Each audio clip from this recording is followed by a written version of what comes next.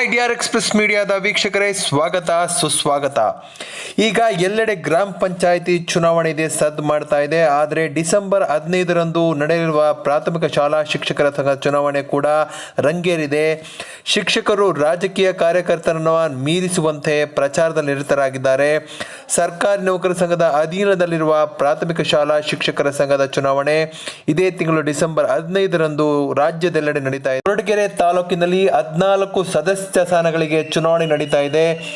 2 ಸಿಂಡಿಕೇಟ್ಗಳಾಗಿರುವ busy Hanumantharayappa ಮತ್ತು ಪರಮೇಶ್ ಸಿಂಡಿಕೇಟ್ನಲ್ಲಿ 9 ಪುರುಷರು ಮತ್ತು 5 ಮಹಿಳಾ ಸ್ಥಾನಗಳ ಅಭ್ಯರ್ಥಿಗಳು ಕಣದಲ್ಲಿದ್ದಾರೆ. ಸಿಂಡಿಕೇಟ್ ಮಾಡಿಕೊಂಡಿರುವ ಸದಸ್ಯರು ಓಲೈಕೆಗೆ ಹಲವು ತಂತ್ರಗಳ ಮೂಲಕ ಮತಯಾಚನೆ ಮಾಡ್ತಾ ಇದ್ದಾರೆ. ನಿರ್ಗಮಿತ ಅಧ್ಯಕ್ಷ ಬಿಜಿ ಹನುಮಂತರಾಯಪ್ಪ ಮತ್ತು ಅವರ ವಿರುದ್ಧವಾಗಿರ್ತಕ್ಕಂತಹ ಪರಮೇಶ್ ಸಿಂಡಿಕೇಟ್ನಲ್ಲಿ ಹಲವರು ಶಿಕ್ಷಕರು ಗುರುತಿಸಿಕೊಂಡಿದ್ದಾರೆ. ತಾಲೂಕಿನಲ್ಲಿ 698 ಶಿಕ್ಷಕ ಮತದಾರರಿದ್ದು ಪ್ರತಿ ಶಿಕ್ಷಕರು ಸಹ 14 ಮತಗಳನ್ನು ಚಲಾಯಿಸಬಹುದಾಗಿದೆ. ಎಲ್ಲ ಮತವು ಅಮೂಲ್ಯವಾಗಿದೆ. ಇಲ್ಲಿಯೂ ಸಹ ಇತರ ಚುನಾವಣೆಗಳಂತೆ ಜಾತಿ ಹಣದ ಸದ್ದು ಮಾಡ್ತಾ ಇದೆ ಅಂತಕ್ಕಂಥದ್ದು ಕೇಳಿ ಬರ್ತಾ ಇದೆ. ಒಟ್ಟು 13 ಮತ ಯಾರಿಗಾದರೂ ಹಾಕಿಕೊಳ್ಳಿ, ಆದರೆ 1 ಮತ ಮಾತ್ರ ನನಗೆ ಹಾಕಲೇಬೇಕು ಎನ್ನುವಂತ ತಂತ್ರವನ್ನು ಪ್ರತಿ ಸ್ಪರ್ಧಿಯು ಅನುಸರಿಸ್ತಾ ಇದ್ದಾರೆ ಅಂತಕ್ಕಂಥ ಮಾತುಗಳು ಕೇಳಿ ಬರ್ತಾ ಇದ್ದಾವೆ. ಡಿಸೆಂಬರ್ 15ರಂದು ತಾಲೂಕು ಕೇಂದ್ರದಲ್ಲಿ ಬೆಳಗ್ಗೆ 7:30ರಿಂದ ಸಂಜೆ 4:30 ಗಂಟೆವರೆಗೆ ಮತದಾನ ನಡೆಯಲಿದೆ.